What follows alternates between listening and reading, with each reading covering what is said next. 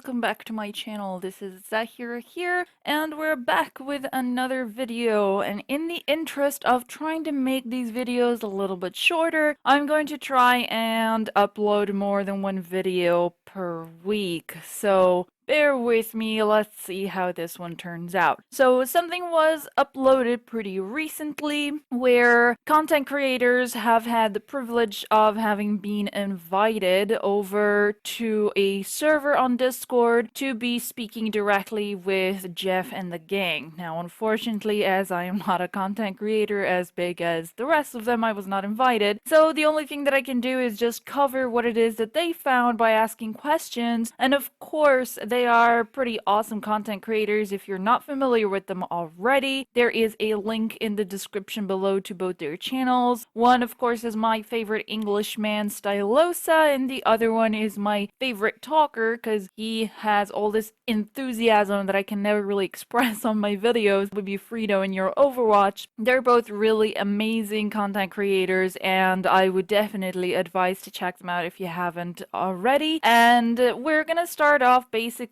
from, well, first thing that I was really excited about, which is clans. This is something that your Overwatch covered. So apparently Overwatch is working on trying to get clans in because, of course, they were talking about trying to make LFG a little bit easier to use in terms of pugs and scrims, which I agree with. It's definitely something that I feel needs a little bit more work on. So hopefully they're going to do that soon.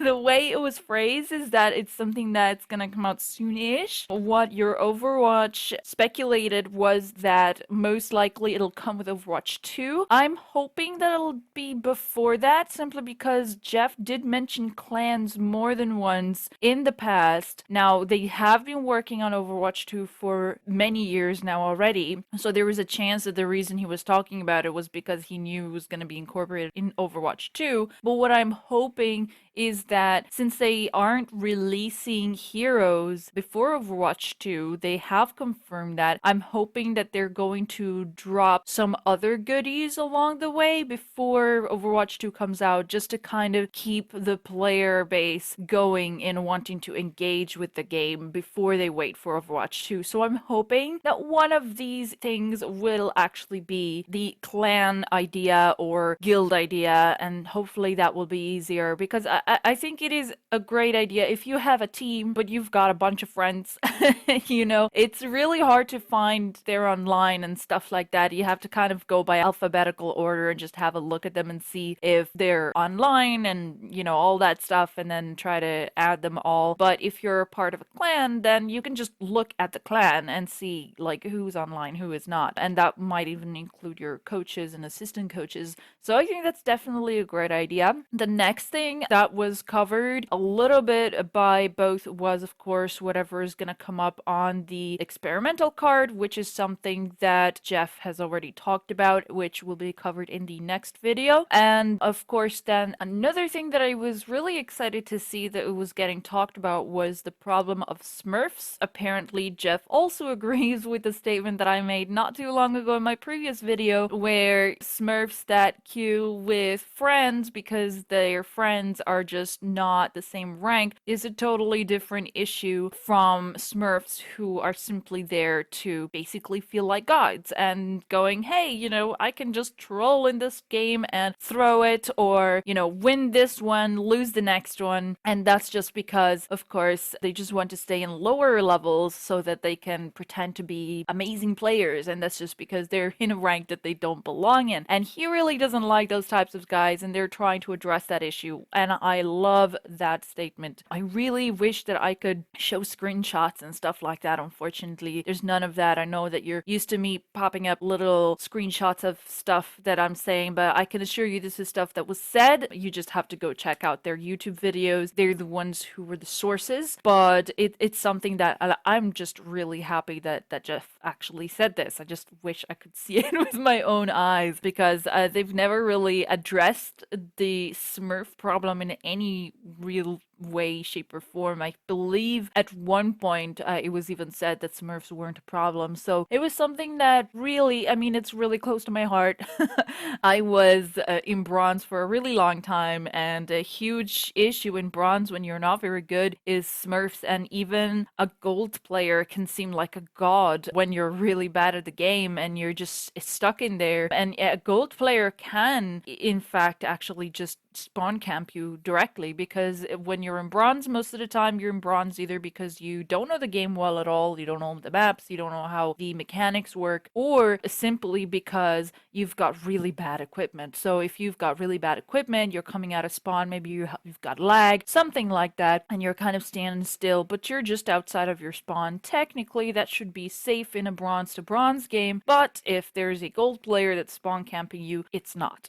So it's something that I think definitely is close to my heart, and I'm glad that Jeff agrees is a problem. And another thing that was mentioned as well was that Jeff did mention that they were thinking of making changes to the endorsement system, as they noticed that they were generally thumbs upping people. I think that's the words that he was used. Don't quote me on it. I don't know. I don't have the proof, but that is what they were saying anyway, that they noticed that they were kind of generic, and that's true. I mean, I think it's because there's not really that many options. I think the good teammate and the sportsmanship are kind of almost the same in a way, depending on like the situation. And then the shot caller, it used to be used for like people doing shot calling, but at one point now it's just being used for someone who's good as well, who's just kind of calling the targets in game, as in they're getting the most kills and stuff like that, because technically, you know, if they were doing any communication,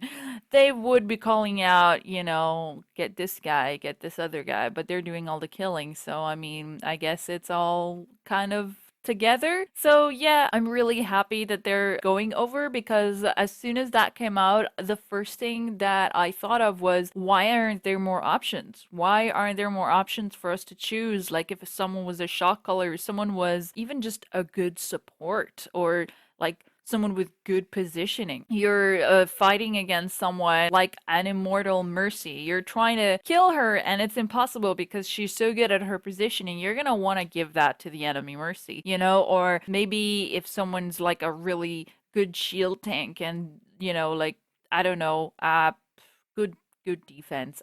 I don't know. I'm coming up with random stuff, but you know what I mean. So I think definitely if they were to be a little bit more creative with the options, maybe the shot caller option is now finally gonna go to the one who's actually doing shot calling, which I think is really really important, to see that yellow in someone's scores and being able to see that, hey, that person does a lot of shot calling, and then you're like, wow, this is great, you know, like let's have them on our team. I think those things should be more visible as well, rather than just that little number 4, maybe just a little bit more color, you know, something like that, just to kind of represent how that person is doing. And then lastly, it was asked by Stylosa about the bans, basically, you know, why not keeping them targeted. And basically what Blizzard was saying was, you know, yeah, we would have loved to do that, but if we're gonna keep them in with the Overwatch League, then we would basically have a say on who wins and who loses, because we would technically have a say on what it is that they're allowed